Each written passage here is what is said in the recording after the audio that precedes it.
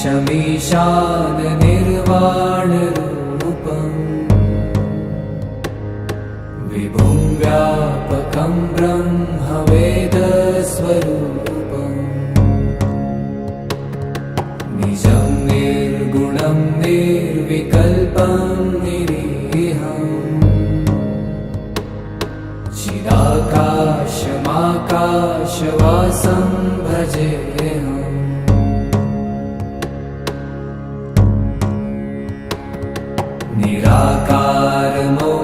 निराकारमोङ्कारमूलं तुरीयम् गिराज्ञानगोतीतमीशं गिरीशम् करालं महाकालकालं कृपालुम् गुणागारसंसारपारं नतोऽहम्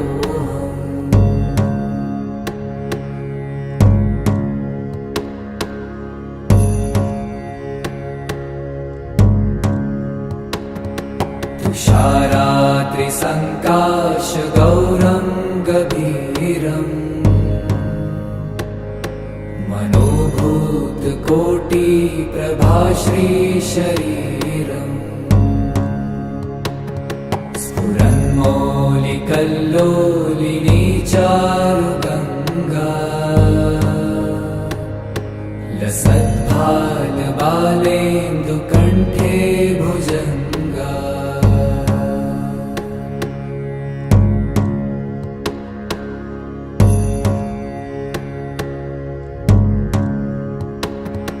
चलत्कुण्डलं भ्रूसुनेत्रं विशालम् प्रसन्नाननं नीलकण्ठं दयालम् मृगाधीशचर्माम्बरं मुण्डमालम् प्रियं शङ्करं सर्वनाथं भजामि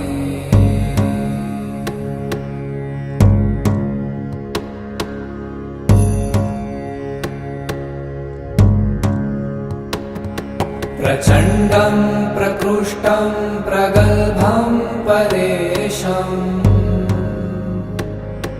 अखण्डम् अजं भानुकोटिप्रकाशम् त्रयशूलनिर्मूलनं शूलपाणिम् भजेऽहं भवानीपतिं भावगम्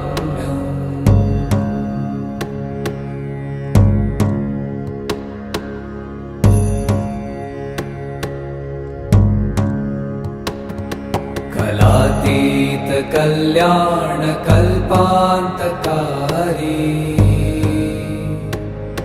सदा सज्जनानन्ददाता पुरारी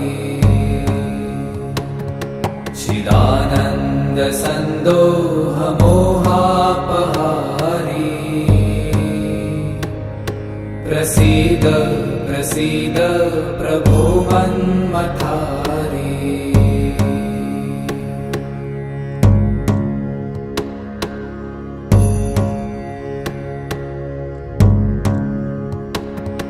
न यावत् उमानाथ पादारविन्दम्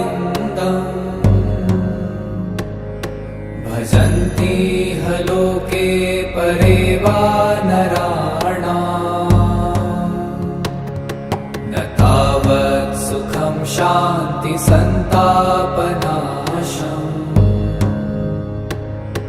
प्रसीद प्रभो सर्वभूताधिवासम्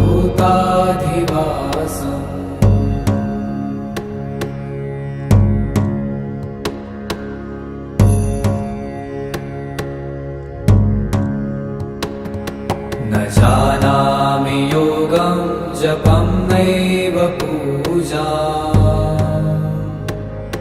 न तोऽहम्। হ্যালো বন্ধুরা, মাম্পি সিম্পল ডেলি ব্লগে আবার একটা নতুন একটা সুন্দর ভিডিও নিয়ে তোমাদের সামনে হাজির হলাম। তো দেখতেই পেলে তোমাদের একটা গঙ্গার প্রিন্সেপ ঘাটে গেছিলাম, গঙ্গার আরতি তোমাদের দেখালাম। তো পাশেই এই মন্দিরটা ছিল, এখানেও আমরা ঢুকে গেলাম। তো দেখতেই পাচ্ছ হোলির আগের দিনকে ঠিক আছে, সবাই মিলে গেছিলাম আমরা ওখানে, খুব আনন্দ করেছি।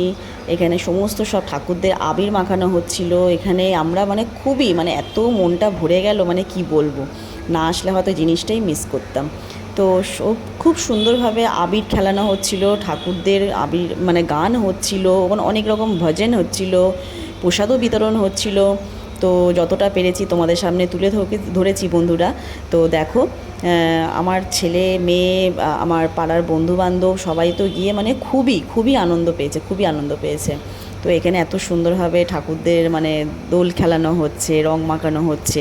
তো নিজেও আমি অনেকটা নিজের হাতে ঠাকুরদের পায়ে মুখে সব আবির টাবির মাখিয়েছি, আমার মেয়ে মাখিয়েছে। তো খুবই খুবই ভালো লেগেছে সবাই, মানে এই ফার্স্ট মনে এরকম দোলে আগের দিনকে এসে এরকমভাবে একটা সুন্দরভাবে মুহূর্ত কাটাবো তো ভাবতে পারিনি। তো যদি ভিডিওটা ভালো লেগে থাকে অবশ্যই একটা লাইক করে দিও, আর কমেন্ট সেকশনে কিন্তু জানিও, ঠিক আছে, কেমন লাগলো।